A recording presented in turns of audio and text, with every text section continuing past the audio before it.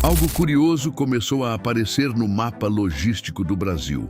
Diversas linhas de transporte agroindustrial interrompidas parecem atravessar Goiás.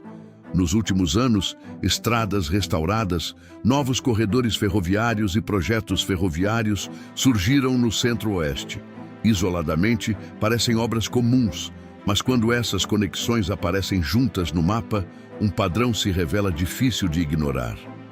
Dados recentes de infraestrutura e transporte foram analisados em conjunto, revelando uma possível requalificação silenciosa da logística do país. A questão que se coloca agora é: Goiás está apenas expandindo sua infraestrutura ou está começando a ocupar um papel central na logística agroindustrial brasileira? Antes de aprofundarmos, se inscreva no canal e diga nos comentários de onde você está nos assistindo agora. Vou ler todos. E uma coisa que muita gente sempre pergunta é: como esses vídeos de notícias são feitos? Curiosamente, foi exatamente com vídeos simples como este que muitos canais conseguiram alcançar a monetização no YouTube. Se você quiser aprender como criar canais nesse formato, deixei um e-book no comentário fixado. É só acessar o link para entender como funciona.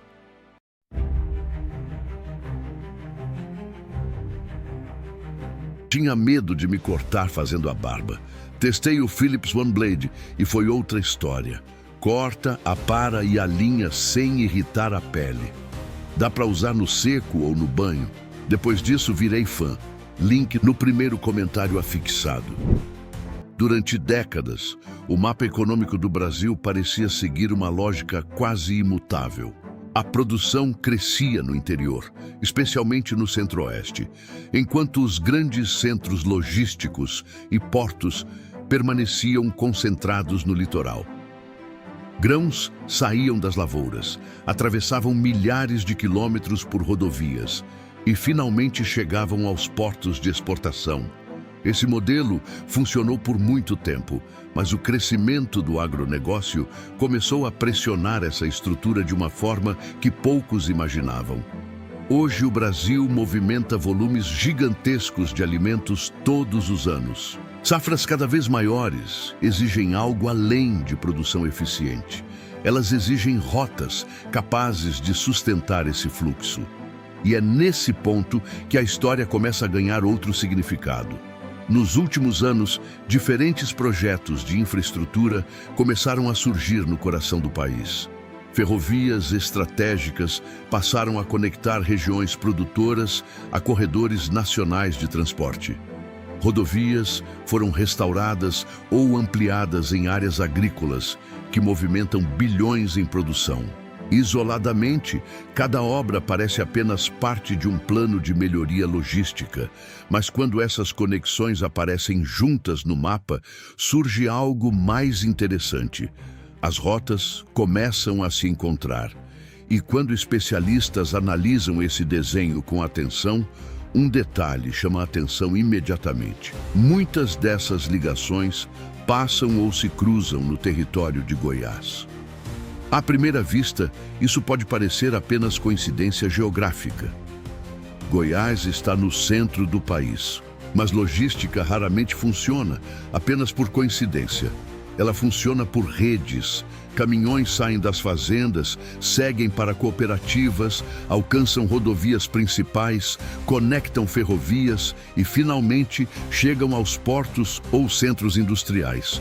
Cada ligação fortalece a próxima. Cada rota abre espaço para outra.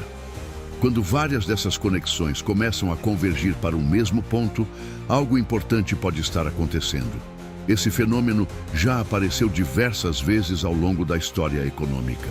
Nos Estados Unidos do século XIX, cidades atravessadas por grandes ferrovias rapidamente se transformaram em centros industriais. Na Europa, portos que concentravam rotas comerciais cresceram até se tornarem polos econômicos. O padrão sempre se repete. Onde as rotas se encontram, a atividade econômica tende a crescer. E é exatamente esse padrão que alguns analistas começam a observar no Centro-Oeste brasileiro. o agronegócio continua avançando em escala global. O Brasil permanece entre os maiores produtores de alimentos do planeta. Estados como Mato Grosso lideram a produção de grãos e sustentam uma parte enorme da balança comercial do país. Mas produção é apenas uma parte da equação. O verdadeiro desafio é transportar tudo isso. Milhões de toneladas de soja, milho, carnes e insumos precisam percorrer longas distâncias todos os anos. E para que esse sistema funcione, cada quilômetro de estrada, cada trecho ferroviário e cada corredor logístico precisa se encaixar como peças de um grande sistema. Quando esse sistema é colocado no mapa, o desenho começa a revelar algo interessante. Rodovias que ligam regiões agrícolas importantes passam por Goiás. Ferrovias que conectam diferentes estados também atravessam o território goiano. Corredores de transporte que levam a produção até centros industriais ou portos acabam se encontrando nessa mesma região. Isso não significa que Goiás seja o maior produtor agrícola do Brasil. Esse papel continua sendo ocupado por estados que expandiram fortemente a área de cultivo nas últimas décadas. Mas logística não depende apenas de onde a produção acontece. Ela depende de onde os caminhos se conectam. E quando caminhos se conectam, novas oportunidades surgem. Empresas de transporte ampliam operações.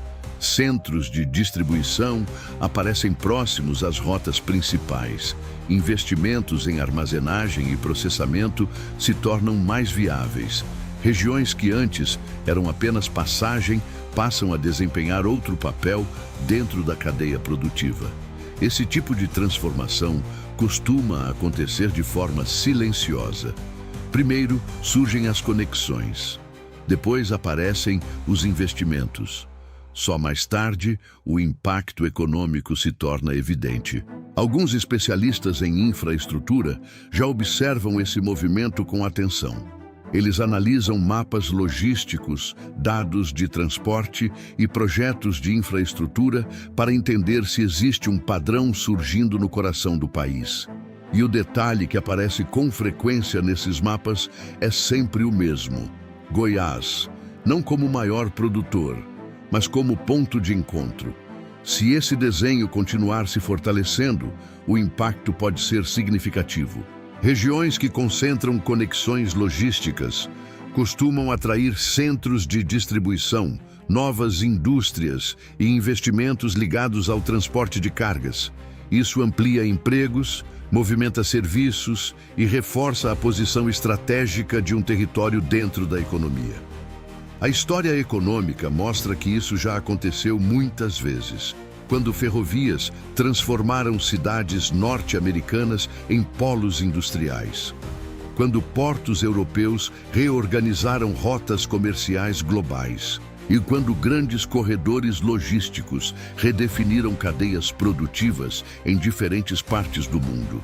A pergunta que começa a surgir agora é direta. Será que o centro-oeste brasileiro está entrando em um processo semelhante?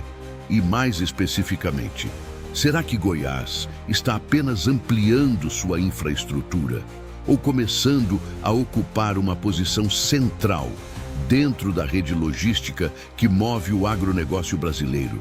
Porque às vezes as mudanças mais importantes da economia não começam com grandes anúncios. Elas começam com pequenos detalhes que aparecem no mapa. Linhas que antes pareciam isoladas começam a se conectar. Rotas secundárias passam a ganhar relevância, e quando esse desenho finalmente se torna visível, ele revela algo maior. Observe o mapa com atenção. Talvez o que está surgindo ali não seja apenas um conjunto de obras de infraestrutura.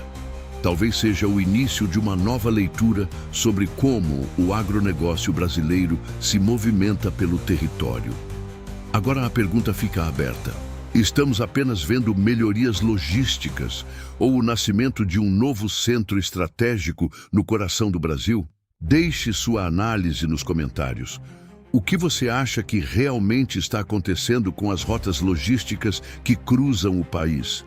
E antes de encerrar, Vale destacar a participação de quem comentou no vídeo anterior, porque muitas dessas mensagens ajudam a ampliar a discussão que aparece aqui no canal.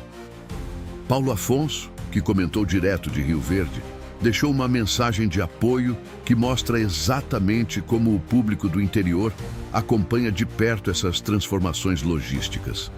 Rio Verde, aliás, é um dos grandes polos do agronegócio goiano, e quando alguém dali observa essas mudanças no mapa de transporte, a percepção costuma vir de quem vive diariamente a realidade da produção e do escoamento agrícola. Muito obrigado pela participação e pelo incentivo.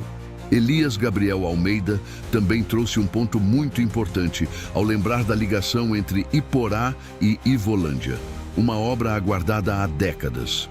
Esse tipo de comentário revela algo que muitos conhecem na prática.